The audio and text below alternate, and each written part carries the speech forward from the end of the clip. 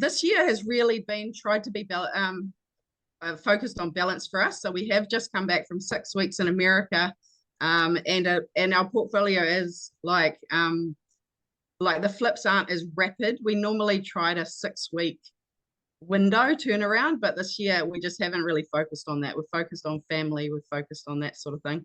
But about Hamilton, the Tron, as it said before, we actually, all our properties are in Hamilton, other than some just slightly around the Waikato, like Ngaruahia and up by Pokeno.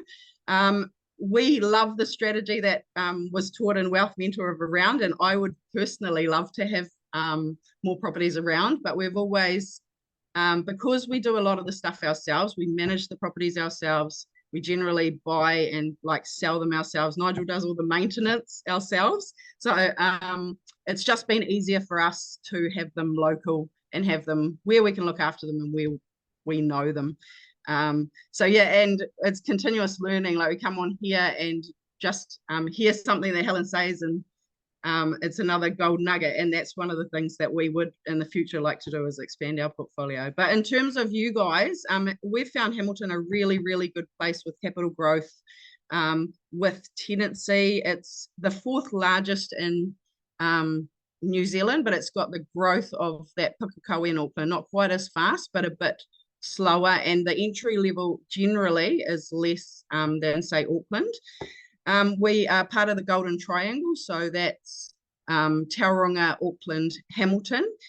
So just generally that means that there's a lot of growth in that sector for New Zealand as a whole, and New Zealand is growing. Our migration here, our immigration has been really high. 2 of our workers are from the Philippines, and that's really helped our business actually, because we tenant and house a lot of the staff and people coming through, and also but the migration in general means that there's growth here, and it's diverse economy, so we're not relying on, once upon a time we had a couple of rentals like Otorohanga, like further away regional with the easier entry point, but they just didn't have the growth that Hamilton has allowed us to have. Waikato University has 20,000 per year, but with all the extras postgrad and stuff, there's lots of university culture here. The hospital is growing. We've got a ring road. So I don't know if any of you guys invest in Hamilton already, but the infrastructure into our roading has allowed Hamilton to be very accessible. Like there's none of this normal to be stuck in traffic for an hour and a half like in Auckland. It's easy to get to different areas of Hamilton. We've got a lake development, Te Awa Lakes, that's being done outside Horotū. Peacock's development on the other side, heading towards Te Awamutu, which the next slide will say is expected to house 10,000 extra people in Hamilton over the next 10 years, and then continuing on. So the growth projected for Hamilton, like we're quite happy we've invested here, and other than being excited about other places, it's been a fantastic base for us. Hamilton doesn't have, say, set bad areas. It has up and down streets. So it is good to have, if you're going to buy in Hamilton, give somebody a ring that's local and just find out.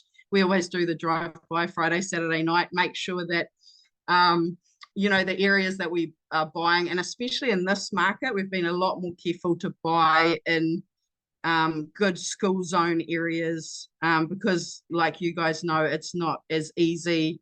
Like a couple of years ago, we could flip anywhere. We weren't so worried about where, and the margin was generally there. But to make sure our product is moved at the moment, we make sure we're in a solid area of Hamilton with good school zoning.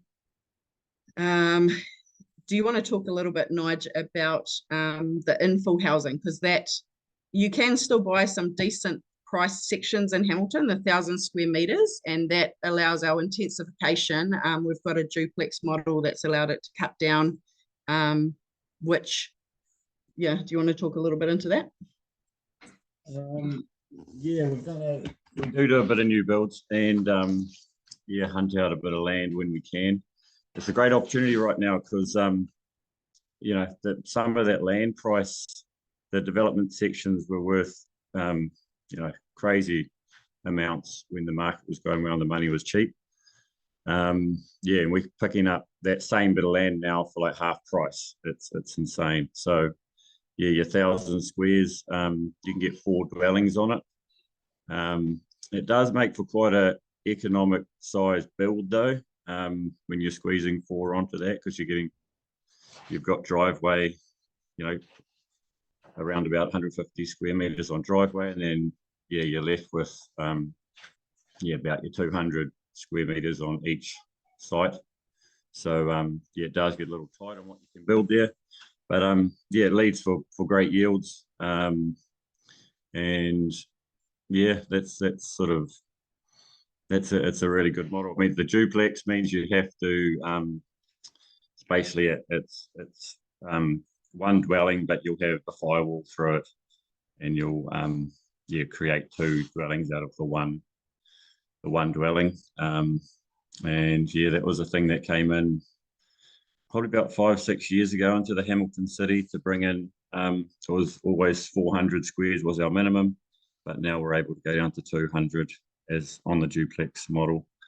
Yeah, that's pretty much it. We've done a few of them now. They're really just low cost builds, and we've actually sold them all. We've never kept any new builds, but yeah. Also that last slide briefed on the 3-story, 3 houses, which you guys have probably talked about this weekend. I run council on Friday just because of the change in government, whether they're going to go ahead with that. And on the phone, she was pretty much like, yeah, well, it's 99% through. We're more than likely to continue with that final thing, which it gives more intensification help without resource consent. You still need a building consent. There's still the background paperwork, but it makes it a bit it's going to be exciting. Another loophole with that duplex model as well is that you can actually link up old houses, so you don't have to build new.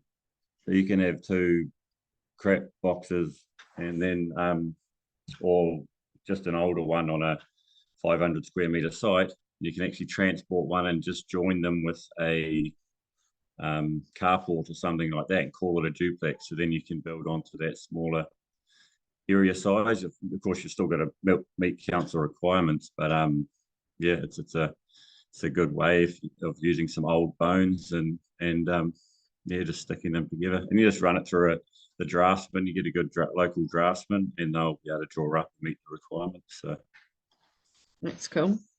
We'll speed through because I know you guys are time poor and I don't want to cut too much into your lunch, so we'll speed through some of our other things. You guys have probably covered this, but we feel like we've had massive opportunity this year because of a lot of things with interest rates high, you know, the rules. I think they've had 12 different changes for property investors and developers. They keep changing it, so it's making other people worried and scared. Listings low, hard to get lending, you know, day-to-day things. But we were just like, like that old Warren Buffett quote, like we really believe in property since 2009, since we bought our first, like we feel like we've seen a proper cycle now, that we believe that we're at the low, and we were just like, no, we that whole be fearful when others are greedy, be greedy when others are fearful. We were like, no, we're going to expand our portfolio where things are cheap. And this quickly runs through Hamilton prices. And I know this looks, say, expensive, $790, $750, that sort of thing. But you'll see when I flick through the ones that we have built and bought this year, very much I aim for land value with a house on it. Like we sometimes 20, 30K over, but we don't pay what people are generally selling them for, and they're available. You just have to look. I wish we could. I'm always saying to Nigel, there's millions of do-ups out there. I wish we could buy them all. Like, there's just so much opportunity, and this isn't just in Hamilton. This is in New Zealand. You just got to find, get the money in the buy, like, and then you know if you have to move it off, that you've already made some of that money right away. This just goes Waikato. Waikato's been selling a little bit above RV, but we've been in Hamilton, if you flick to the next one, buying generally a lot below. This just covers standard rents. Again, we haven't, some of ours are still in the older model, but mostly we've sort of changed our strategy to either rent by room. A couple have been Airbnb to get the higher yields, because we want to keep going back to our main bank and keep borrowing and allow them to do us. So we're generally trying to work on a 10% or 8 to 12%, depending on the area. And then each buy has to get us further ahead. We don't want to be buying and then have people say, no, you can't borrow anymore. Yeah, it comes back to the good lady that was on before. Sorry, forgot her name. Helen. Yeah, it is knowing what you need for the next move. That's massive. Have your spreadsheet out, knowing we need, okay, this one's going to be a trade because I need this chunk of cash to pay something. There's always something. So yeah, it is knowing what the next, whether you're short on cash flow or equity, you've got to be clear on what you need, and then finding out exactly what number it is too. So yes, you might be short on cash flow, but then knowing exactly what number you need to get to that. So you might be $500 a week short to make that next move, and be pushing the bank to get that answer out of them. They don't always give it out easy, but it's knowing what number it is. Then you can tailor your deal to suit what they want, if that makes sense. Yeah. Cool. So yeah, that's some of the things. We've only got like 10 minutes now, so we better be speedy. Rent by room, split up some of the houses. We do a lot of the ad walls. We do deal with council, but if we can, we avoid it and look at generally looking for a big floor plan that we can divide up lots of rooms, or cabins. We use cabins a lot. I think we've built like 15 cabins between different houses because we had to increase our current portfolio yield to keep buying. Like I said, buy well. And then the renovation business, they were looking like our development company. They don't always recognize. We have to stagger our things that come through. So they're starting to recognize that income, but we had to grow our renovation business to allow the bank to keep. Yeah, to be clear, they don't recognize any development income. There's none at all. No, it's all about you have to have another form of income, however you make that look. We sometimes move a bit of money from the development company into our other company to make sure that is where it needs to be. But development income banks just don't take a cent of it, which is it can be tough, even though it's consistent some years. But it's got to work around it. That's what they want to see. So Lewis Street was a flip. Do you want to quickly talk about this one? This is an old cat hoarder from way back. Just the classic. Just hadn't, and the interior hadn't been cleaned for 30 years. Just a super original, roof leaks and everything. So I actually haven't studied the numbers. We did a decent margin though. A lot of we didn't change any floor plan in that. You got to be careful doing too many changes, like major changes when you do a flip. We just something like this got good bones, so it's just polishing the turd is what we call it. So we'll just polish what bones are there. New kitchen, new bathroom, flooring, all that. How many weeks did it take us? Probably about, we had a few other things on the go there, but it was probably 6 weeks of renovation. We pinched we got in there a little bit early. I had a chat with the cat lady herself that was in there, and we're able to get started a week early on the renovation. But there was just rubbish everywhere. There was 3 skips that just come out of the garage on that place. It was, it's pretty crazy what people can get themselves into. But cat houses are pretty. We've done a few cat houses. Nobody else wants to buy them purely because of the smell. We've done the hoarders houses, cat houses, like everything that other people don't want to do. But that was a bit tougher to sell. Like at the moment, we're finding when we do get the buyer on the hook, you've got to really work with the buyer. So we're like finding out, you're dealing with building reports, and that's backwards and forwards. You're even going to the point where you're changing taps for them just to keep the buyer happy. We certainly didn't have to do that in the hot market, but hey, when you've got a buyer on the hook, you've got to really work that contract. So that was quite a. With that, this is a flip that we just did. Again, our holding costs are higher at the moment because we have multiple projects for multiple people and we haven't been in and out as fast as we'd like. If anyone knows the Hamilton market, you might have seen this. This is in Hamilton East. I put a pre-auction offer of 530 on it, which they accepted, but we had to go to the auction and then people were bidding against me. I always use Wealth Mentor strategy of using, those are Chinese lucky numbers, 551, 888 or whatever the thing, like I usually, in another one we bought, I put special Catholic numbers in there. They sound weird, but when they look at them on a sales and purchase, sometimes there's a point of difference that will make them want to deal with you. So yeah, again, we bought this around land value in Hamilton, about 100,000 for the reno. It had issues that other people didn't want to do. Ducts, quest plumbing, we had to rewire. Pile issues, which Nigel loved. We had to repile it. And we found when we did invasive testing on our pre-building inspection that it had scrim in one room. So we had to deal with that as well, but we sold it. If we flip to the next one, we did, it sold for 830, which still, I can't see because my slide's in the way, but you guys can see what the profit, 143K, that will just slide into the portfolio. You want to talk about the transportable houses? Oh yeah, this one certainly made me, it reminded me of this when you were talking about being creative. Like this was a really interesting house. It had basically had this little 2-bedroom box on it, which was, I don't know, it was just plonked on there many moons ago. But then you had a drug dealing wreckers yard there when we purchased it.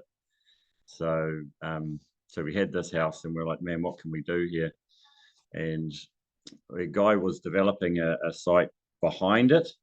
So just on a beer, we had a handshake. Oh, we're going to move your house because he had to get rid of his house. We're just going to get a crane and move it over onto the back of our house on our section. And it all sounded quite easy, but until the logistics of it was on peak country. It was, the cranes wouldn't touch it. We had to use transportable truck to get it across, and it ended up being logistic driven piles down 6 meters and all that. So yeah, but we got it through. We, instead of doing a subdivision here as well, we were able to remove it was only 6 square meters, but that so I don't know how much detail. So we ended up calling the existing house that was in the center of it, the auxiliary dwelling, because it was 65 square meters. And then just plonking this on the back, and that led to us not having to do an actual subdivision. Reason we wanted to avoid the subdivision was because of there was issues with big costs. We were having to bring plumbing down the road and upgrades of lines and stuff like that. So we just called it auxiliary dwelling, and now it can be a cash cow moving forward. The stage 2 to this one is we actually have a transportable house from somewhere else, and we've got it sitting on, you can't see it on there, it's just sitting there on the storage, and I'm going to glue them together and call them a duplex, both the auxiliary and that'll be a 3-house site. Yeah, the yield will be awesome, $1,500 probably a week yield. So yeah, it's a neat project. This one here, because we've been around for 6 weeks, this was supposed to be on the market ages ago, and we're just listing it now, but we bought this for 330, Old Taupiri Road, Narrow here, and people were like, oh, you can't buy anything for under 500 anywhere, and we're like, this has no CCC, but it hasn't been too bad a process for the council to get one. Again, just above land value. We paid, asked Nigel yesterday, all of ours are summaries because we're not as professional. I had to go search through real estate to get all these photos because we don't even take before and afters. But the reno costs are about 80, Nigel thought, and then our holding costs a bit longer because we've been overseas. The real estate agent popped in and appraised it at 600. So we made our projected profit on it. It's just, I was meant to list it yesterday. I'll probably list it tonight. On this is about 130K. That's based on a 550 sale, because whatever the agent tells me, I usually, in this market anyway, take about 50 off, and then it will be somewhere in there. The next photo shows what it looks like renovated. So new code of compliance through, which is great for buyers, also great for investors. We added an extra bedroom, so it's a 4-bedding, not a 3 now. And then just the lipstick things, carpet, paint, curtains, kitchen, fence, driveway. So purchase price 330 and sell out 550 to 600, which will make us 130 odd before tax again. The background of this one is that it was transported on there probably 25 years ago, and they plonked it on. They did the foundation, but for whatever reason, they decided to not finish off the council paperwork and finish off the maintenance at the stormwater and the painting of the cladding. So then pretty much 25 years has gone by and it's been completely left. So yeah, getting that code of compliance is massive, because banks don't even sniff at any leverage if you don't have a CCC. So you've it just opens up all the buyers, all the first home buyers now can come in and offer on this, whether before it was just very few. There is opportunity there. You have to be creative, but there is still people moving forward in this market, and you just have to ask questions and believe you can do it. And there is opportunities out there. And I still think now, like, we haven't seen property investors completely jump straight back in. They're slowly filtering back in. The open homes are a little bit faster, that sort of thing. But if you can source some money and buy now, I think you will make money. And that's what we really believe that. So. Yeah. That's absolutely brilliant. Thank you so much, and well done, team. I love how nearly every property you just showed was bought pretty much at or below land value, which is just epic. It reminds me, I'm going to share my screen very quickly. There is a saying, or the Japanese word for crisis is actually made up of 2 parts. The first means dangerous, but the second part means opportunity. And the way you've been able to think like that, like, okay, whilst a lot of people are screaming, you're just seeing massive opportunity, and you've been creative. You've taken on risk, but it's been calculated risks, and you've taken on those deals that other people haven't been able to. That's absolutely phenomenal, and it's showing, because your portfolio is just continuing to grow, and everything you were taught, by putting it into place and actioning it, you're seeing results.